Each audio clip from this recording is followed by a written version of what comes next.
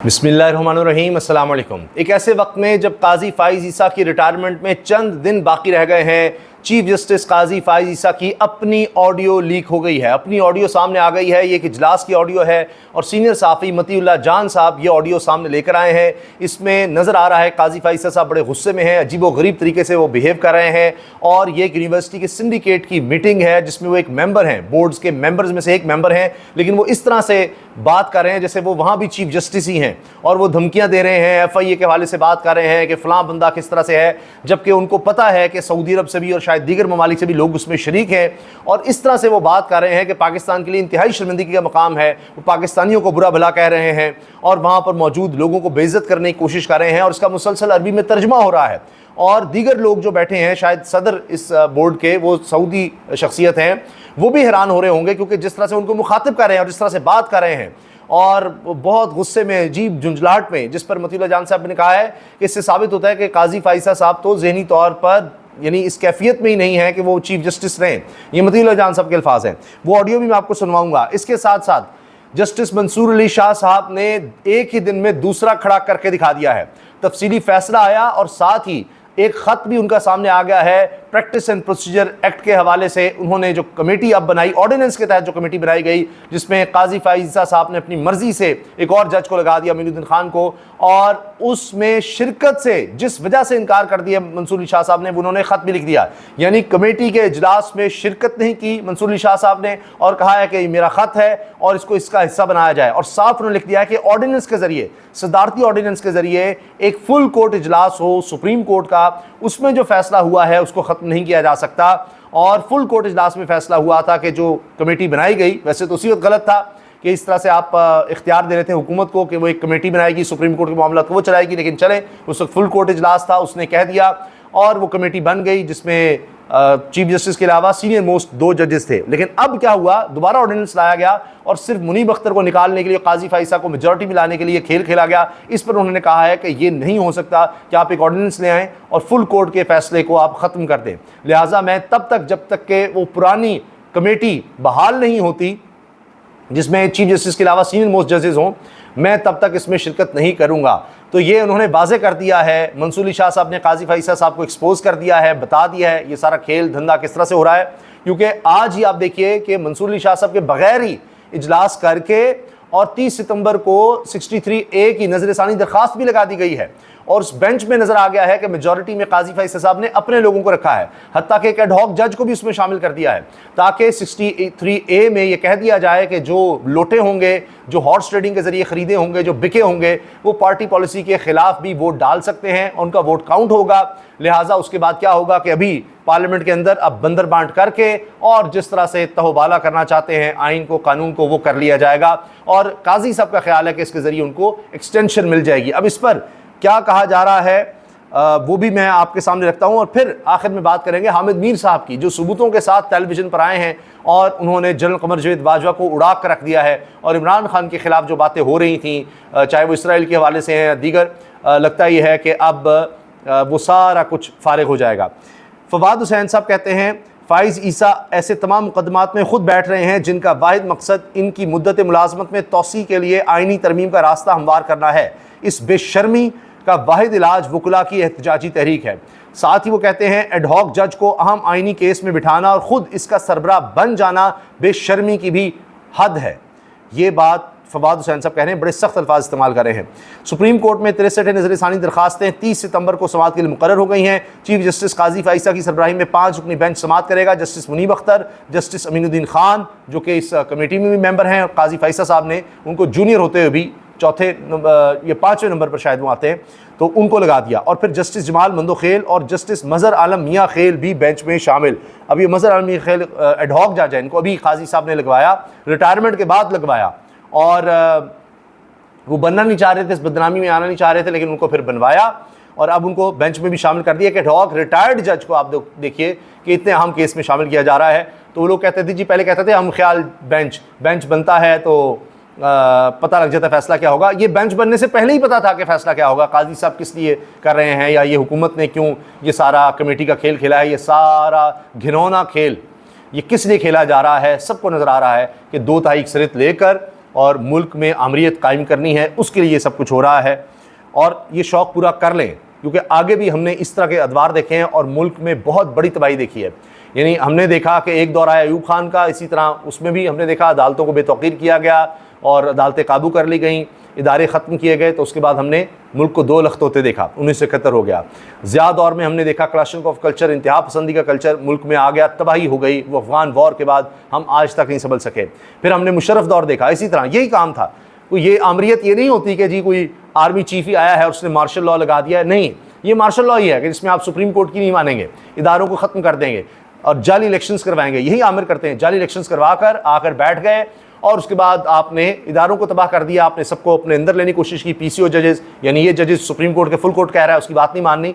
तो मुशर्रफ दौर भी आपने देखा और उसके बाद आपने देखा कि दहशतगर्दी की जो जंग थी उसमें हमने कितना नुकसान उठाया, क्या कुछ हुआ, आज तक हम उससे संभल नहीं सके। अब ये फिर हम उसी रास्ते पर हैं। अब अल्लाह रहम करे, लेकिन मैं तो आपके सामने तारीख रख रहा हूँ कि अब फिर केओस और अनार्की होगी, इसका रिजल्ट पता नहीं क्या होगा। मैंने आपको बता दिया 2 लाख मुल्क हो चुका, ज़िया दौर भी आपने देख लिया, मुशर्रफ भी देख लिया, अब ये हम चौथा दौर उस नौइयत का देख रहे हैं। और ये उससे भी ज़्यादा ख़तरनाक इसलिए है कि वहाँ तो बरह रास्त मार्शल लॉ होता था, ये छुप कर मार्शल लॉ है। तो इसमें हुकूमत जिस तरह से काम कर रही है, तो इसमें आप ये देखिए कि पता नहीं उससे भी कहीं खौफनाक तबाही, अल्लाह रहम करे। मगर हकीकत यही है कि यही तारीख़ है और ये तारीख़ से जो लोग सबक नहीं सीखते वो फिर उसी गड्ढे में जाकर गिरते हैं। तो मैंने आपके सामने पाकिस्तान की तारीख़ रखी है। दुनिया भर में अगर आप देख लें तो हम इस वक्त जो हरकतें कर रहे हैं या जो इस वक्त हुकूमत कर रही है, वो मुल्क को अफ़गानिस्तान बना रहे हैं, म्यांमार और बर्मा, नॉर्थ कोरिया। बहुत अच्छा, अगर मैं कहूँ बहुत अच्छी मिसाल तो नॉर्थ कोरिया से बेहतर नहीं हो सकती। बाकी म्यांमार और बर्मा और इस तरह से हम अफ़गानिस्तान, यही मिसालें मिल सकती हैं जहाँ पर आप इदारों को ख़त्म करते हैं, जहाँ आप अदालत को ख़त्म करते हैं, सुप्रीम कोर्ट की नहीं मान सकते, जिसकी लाठी उसकी भैंस, जिसकी ताकत जो कब्ज़ा कर लेता है ज़ोर ज़बरदस्ती पे, उसी का कानून चल रहा होता है। तो हम उसी तरफ जा रहे हैं, उसी तरफ चल रहे हैं। इस सारे केओस में इमरान खान साहब का बयान भी आ गया है और उन्होंने कहा है कि जी अब रावलपिंडी में हम हफ्ते के दिन जलसा करेंगे। और उसमें साथ उन्होंने कहा है कि जब तक 2 रियासती हल नहीं होता फ़लस्तीन का, कभी भी हम इसराइल को तस्लीम नहीं करते। और जिन लोगों ने इस आर्टिकल का हवाला दिया, जी इसराइल के अखबार में आर्टिकल छप गया कि इमरान खान मुस्लिम दुनिया में इतना पॉपुलर है, वही इसका हल निकाल सकता है, तो उनको शायद अंग्रेज़ी नहीं आती, उनको पढ़ लेना चाहिए था कि उन्होंने मेरी तारीफ़ की है कि ये इतना इन्फ्लुएंस रखता है इस्लामी दुनिया में आलमी सतह पर कि अगर ये आगे बढ़े तो कुछ हल हो सकते हैं मामला। तो इमरान खान कह रहे हैं कि मेरी नज़र में हल वही है जो कायद आज़म रहमतुल्लाह अलैह ने कहा था कि हम इसराइल को कभी भी तस्लीम नहीं कर सकते फ़लस्तीन का जब तक मसला हल नहीं होता। अच्छा, मतीउल्लाह जान साहब क्या ऑडियो सामने लाए हैं, उसका कुछ हिस्सा सुनिएगा। चीफ जस्टिस थ्रू आउट इजलास जिस लहजे में बात करते रहे हैं, You want me to say that? I will say it. You are a puppet. You want to hear that? यदि आप ये सुनना चाहते हैं, आप एक पपेट हैं।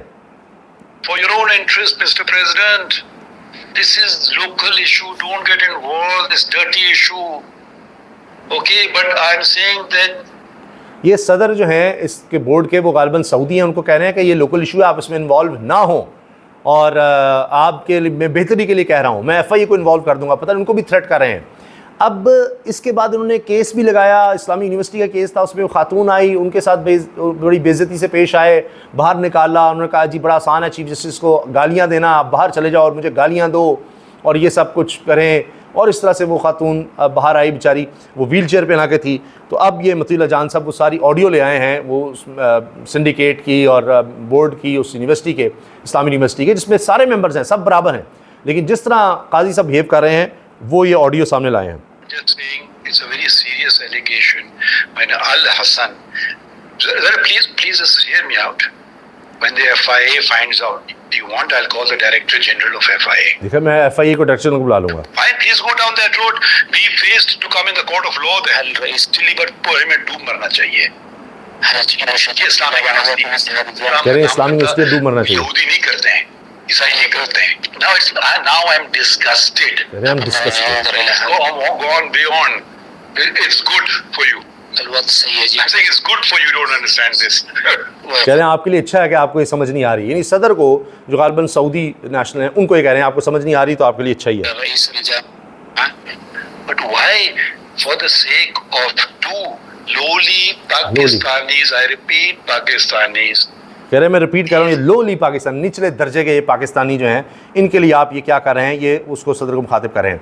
अच्छा, एक और बड़ा वायरल हो रहा है क्लिप जिसमें नून लीग के हैं गौहर बलोच, वो कहते हैं कि जी उन्होंने कहा कि इमरान खान ने कहा था कि मैं कादियानियों को गैर मुस्लिम नहीं समझता। ये गौहर बलोच ने कहा राय साकिब खिरल के प्रोग्राम में।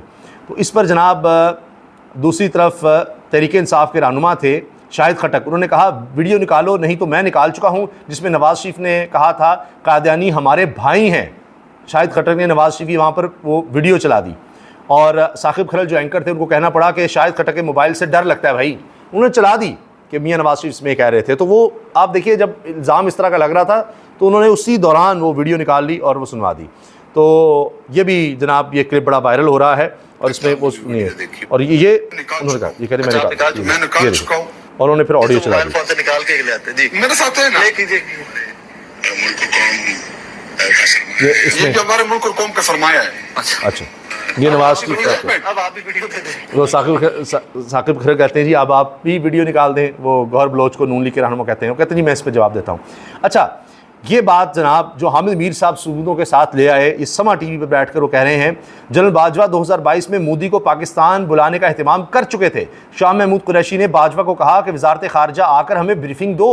ब्रीफिंग में इनसे पूछा गया मोदी के पाकिस्तान आने से कश्मीरियों को क्या मिलेगा, इसका बाजवा के पास जवाब नहीं था, जिसके बाद इमरान खान और शाह महमूद कुरैशी ने मोदी को रिसीव करने से ही इनकार कर दिया। ये है इमरान खान, ये है उसका किरदार। और दूसरी तरफ जनरल बाजवा का देखें, अप्रैल 2022 में मोदी साहब को पाकिस्तान के दौरे पे बुलाने का एहतमाम कर चुके थे और इमरान खान को पता नहीं था। तो यहाँ से उनका कैसे हो सकता है? या आप ही बात मान लूं मैं ये कि प्राइम मिनिस्टर को पता ही नहीं है। ये देखिए ये जनाब हामिद मीर साहब समा टीवी पर बात कर रहे हैं और उसका जवाब दे रहे हैं। एक और ख़बर यह है कि जी फ़लस्तीन के 2 रियासती हल के बाद ही इसराइल से बातचीत हो सकती है। इमरान खान ने ये बात साफ़ियों से गुफ्तगू में कही है। 45 दिन मुकम्मल हो गए हैं, कल लाहे अमल का ऐलान करेंगे। जमात इस्लामी के अमीर हाफिज़ नईमुर रहमान ने ऐलान कर दिया है कि जी हमसे जो वादा किया था, जो टाइम मांगा था हुकूमत ने, वो गुजर गया है। अब हम आइंदा के लाहे अमल का ऐलान करने जा रहे हैं। ये बात जनाब अब सामने आ गई है। जमात इस्लामी भी अब मैदान में आ रही है। अच्छा जब तक जजिस कमेटी को असल हाल में बहाल नहीं किया जाता शिरकत नहीं करूँगा, जस्टिस सैयद मंसूर अली शाह साहब ने वाज़े 2 टोक अल्फाज में कह दिया है। और अब कमेटी को दोबारा तश्कील दिया गया और इस बारे में कोई वजह नहीं बताई गई, नहीं बताया गया क्यों दूसरे सीनियर तरीन जज जस्टिस मुनीब अख्तर को कमेटी की तश्कील से हटा दिया गया। मंसूर अली शाह ने ये लिख दिया है ख़त में। अलीमा खान साहिबा इमरान खान की बहन कहती है इमरान खान ने वाज़े कह दिया NOC नहीं मिलता तो फिर भी मीनार पाकिस्तान पर दोबारा जलसा करें, हमें शहादत कबूल है, बहुत हो गया, इमरान खान की आज़ादी के लिए निकलेंगे। अलीमा खान साहिबा इमरान खान की बहन ये बात कह रही हैं। और जनाब बग़ैर कोई वजह बताए जस्टिस मुनीब अख्तर को कमेटी से अलग कर दिया। बग़ैर वजह इसके बाद के सीनियर तरीन जज जस्टिस याया अफरीदी को शामिल नहीं किया गया। जस्टिस मंसूर अली शाह ने practice and procedure act committee को लिखे ख़त को 1 मैन शो करार दे दिया। ले जनाब काजी फैसल साहब को कह दिया आप 1 मैन शो चला रहे हैं। अब आगे आगे देखिए अभी क्या होने जा रहा है। तो अभी काजी फाइज ईसा साहब को ये झटके मिल रहे हैं। अभी आप देखिएगा अदलिया में से और बाकिरदार बाज़मीर आइन के साथ खड़े होने वाले जज आपके सामने आते चले जाएंगे। अभी इन्होंने ये किया है कि मुनीब अख्तर साहब को भी शामिल किया है 5 रुकनी बेंच में। अब देखते हैं कि उसमें क्या होता है, किस तरह से उसकी प्रोसीडिंग चलती हैं नज़र-ए-सानी दरख्वास्त में। और मंसूर अली शाह साहब को एक बेंच का सरबराह लगाया है ऑडियो लीक्स केस का, वहाँ भी उन्होंने अपने हम ख्याल जजेस ज़्यादा रखे हुए हैं काजी फैसल साहब ने। अब उसमें भी देखना होगा क्या होता है, क्योंकि अब ये गेम अभी शुरू हुई है। अभी तो आगे आगे देखिए क्या होगा। और ज़ाहिर है कि इसमें आप देखेंगे इसका अंजाम हुकूमत के लिए अच्छा नहीं होगा, ये बात मैं आपको गारंटी से कह सकता हूँ। अगर वो समझते हैं कि काजी फैसल को एक्सटेंशन देकर और वो बड़ी मौज कर लेंगे, बड़े मज़े में कर लेंगे, ऐसा नहीं होता। बानी पीटीआई इमरान खान ने कहा है कि इसराइल के हवाले से मेरा मौक़िफ़ आज भी वही है कि फ़लस्तीन में लोगों की नस्ल कुशी की जा रही है। इसराइली आर्टिकल में मेरी तारीफ़ की गई है, लगता है इन लोगों को अंग्रेज़ी समझ नहीं आती। अडियाला जेल में मीडिया से बात करते हुए इन्होंने कहा कि कल से प्रोपेगेंडा किया जा रहा है, इसराइली अखबार का हवाला दिया जा रहा है कि मैं इसराइल से ताल्लुकात का सबसे बड़ा हामी हूँ। आर्टिकल में मेरी तारीफ़ की गई, लगता है इन लोगों को अंग्रेज़ी समझ नहीं आती।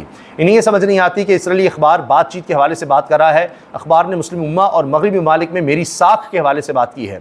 इसराइल के हवाले से मेरा मौक़िफ़ आज भी वही है कि फ़लस्तीन में लोगों की नस्ल कुशी की जा रही है। पहले सीज़ फायर किया जाए, फिर ही बातचीत हो सकती है। पहले 2 रियासती हल की जानिब जाएँ, फिर बातचीत होगी। शहबाज शरीफ का बयान आया है अच्छे बच्चे बनो, मिलकर रहो ताकि मुल्क तरक्की करे। शहबाज शरीफ सुन लो, अमन इंसाफ से आता है, मगर यहाँ इलेक्शन में डाका मारा गया और 9 मई के वाक़यात में कारकुनों को जेल में डाला गया और कोई तहकीकात ही नहीं हो रही। जब तक इंसाफ नहीं होगा, मुल्क में अमन नहीं होगा। आप जो तरामीम करने जा रहे हैं, इनसे क्या अमन आएगा? चीफ जस्टिस और चीफ इलेक्शन कमिश्नर अंपायर भी हैं और ओपनर बल्लेबाज भी। थर्ड अंपायर इनकी टीम का कप्तान है, वो पीछे बैठकर सब चला रहा है और आप इन्हें तौसीह दे रहे हैं। इलेक्शन फ्रॉड ना खुले, 9 मई की CCTV फुटेज सामने ना आए, ये इनको तहफ़्फ़ुज़ दे रहे हैं। थर्ड अंपायर का किरदार ये है कि PTI को मैच ही ना खेलने दिया जाए। अंपायर तो इंसाफ करते हैं, याहिया खान ने भी वही किया था जो आज ये कर रहे हैं। ये टोला इलेक्शन फ्रॉड छुपाने के लिए माशरे और जमहूरियत की तबाही कर रहा है। आमदन ना बढ़ने से कर्ज बढ़ रहा है, कोई सरमायाकारी को तैयार नहीं, लोग मुल्क छोड़कर जा रहे हैं। बानी PTI ने कहा कि याहिया खान पार्ट 2 की हुकूमत है। पाकिस्तान की तारीख में हमारे जितने जलसे किसी ने नहीं किए। लाहौर में जलसे से एक दिन पहले इजाज़त दी गई और फिर कंटेनर्स लगा दिए गए। हमारे जलसों में लोग पैदल चलकर आते हैं, हम कीमे वाले नान नहीं खिलाते। जलसे से पहले PTI के 500 लोगों को नज़रबंद करने के अहकाम जारी कर दिए। गर्मियों का जलसा शाम में होता है और ये कहते हैं कि 6 बजे जलसा ख़त्म कर दो। दाद देता हूँ कि तमाम तर रुकावटों के बावजूद जलसा किया। लाहौर हाई कोर्ट को बुनियादी हुकूक की खिलाफ वर्जियाँ नज़र नहीं आती। पार्टी को कह दिया है अगले हफ्ते को हम रावलपिंडी में जलसा करेंगे। पार्टी को कहता हूं जलसे के लिए हाई कोर्ट से रुजू करें, अगर हमें जलसे की इजाज़त ना मिली तो एहतजाज करेंगे।